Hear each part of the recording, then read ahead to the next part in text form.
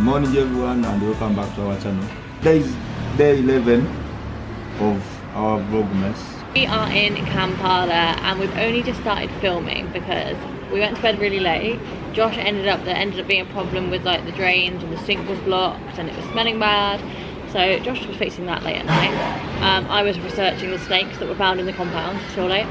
And then we've gotten up very early this morning, got the kids ready and then come to Kampala, but I slept the whole way in the car. She was sleeping on me so I couldn't move.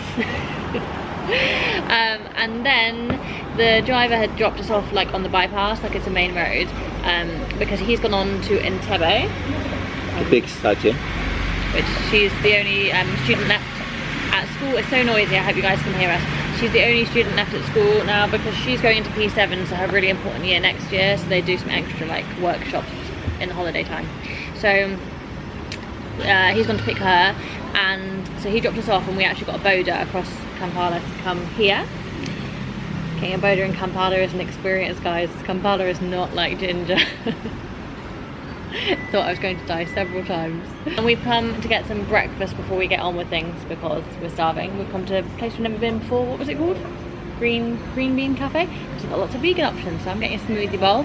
Josh is getting a high protein omelette. So we'll see how that is. And then what's on the schedule? What's on the agenda? The main reason we have come is to pick all the dogs from the vet and to pick up all the parcels that my mum has sent for Christmas. But whilst we are here, we're also going to go to a big supermarket. No, is it a supermarket? What would you call it? A superstore? Quite a controversial one called Chinatown.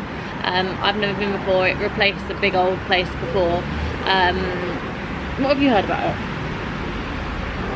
They put online things like cheap but they're expensive. When you get there. But we'll see. I've just heard that it's putting locals out of business quite a lot because things are really cheap, so people go to that instead of going to shop at locals. But then I've also heard from a friend of mine that they've got so much stuff there, like stuff that I just can't find anywhere, or definitely can't find anywhere cheap. So I'm heading there to see if we can find any like arts and crafts bits and bobs to do like some stuff with the kids, like Christmas related things, and to see if they have any Christmas decorations. And it's just interesting to go to a place that I've not been to, so that's the plan. We have other things we'd like to do too, but I just don't think we're going to fit it in. We desperately need to go to a material shop, a fabric shop, and what was the other thing we need to do? I can't remember, but I just don't think we're going to fit it in because we can't stay long because I've got to go back for tutoring tonight. So breakfast and then Chinatown and then picking the parcels and picking the pets. This is such like a nice place, but in such a noisy destination, isn't it, Josh? So right by main road, it's so noisy. It's mad coffee. Josh has got a smoothie. Josh gets everything as high protein as he can. Josh's breakfast looks very healthy.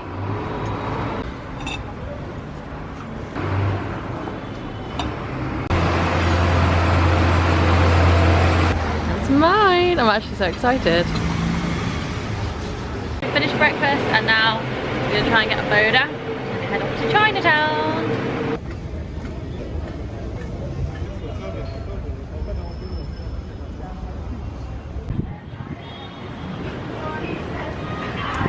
Things like this in Ginger.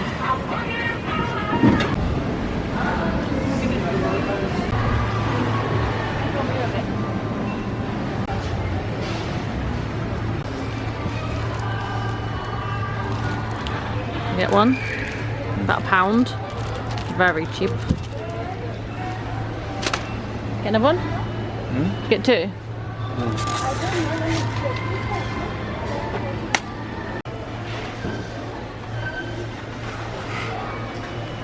We're stocking up on toiletries, which weren't on our list, but everything is so much cheaper here. I feel like we weren't prepared for it. We should just come here and do a massive shop for months because like toiletries and things, all cheaper.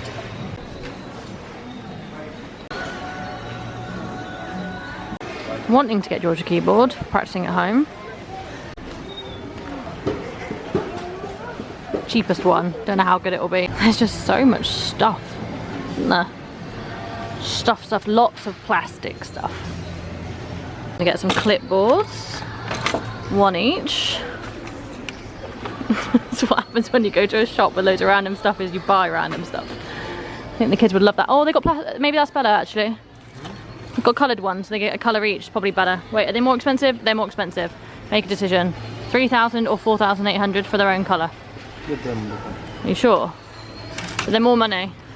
Right, we're getting them their own colour, because then if one gets broken, they know, you know, they're not all going to start fighting. So Adam and George, Tallie. What colour? James is going to have white, I think.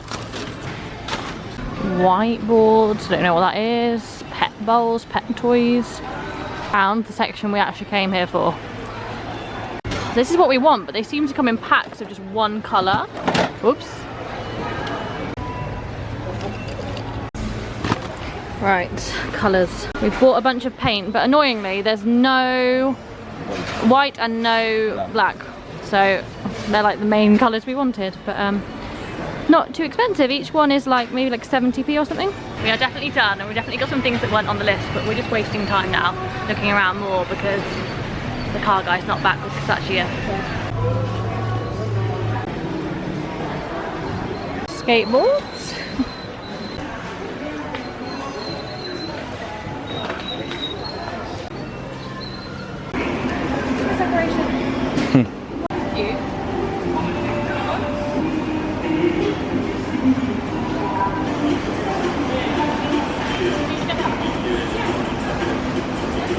Decided just got some food chips. Picked up some dog food for the village. And we stocked up on soy milk. Back in the car. Everything is so much cheaper here. Even like the water bottles, just the small water bottles are a whole tenth cheaper than they are in Ginger. And even though that's like pennies, it all adds up. So we've tried to stock up on a few things, but we just wish we were here more often really, because I can't stock up on months and months worth of stuff. We just don't have that sort of money available to us, but at the same time it saves money in the long run. So, but anyway, we've got what we can, and Sachi has got some food. What have you got, miss? What is it? Some chips. And now we are just waiting for our packages from Salabed. We were going to go to the warehouse. Realistically, you go through like some of the busiest areas of Kampala and you get stuck in so much traffic. So Josh has a contact there who he trusts a lot, that we often use, and he is going to put the stuff on a boda that he trusts to deliver it to us while we are here. So I don't always feel the most comfortable with doing that, but we've never had a problem before, so fingers crossed we don't have a problem again. And it's just, it's so much easier, because otherwise we would be stuck for hours trying to get there, and we need to get back because I've got tutoring in a few hours.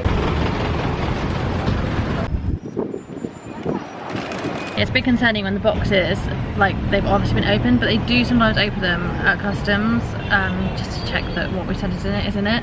And only once out of all the years I've been sending stuff has anything been missing, and it's when I sent a huge box of football boots and a few of the football boots were missing. Otherwise nothing has ever been missing before. So fingers crossed, because that's obviously all the kids' Christmas and birthday presents and things. I'll have to check with my mum once I get home. These two are ours, they've been saved.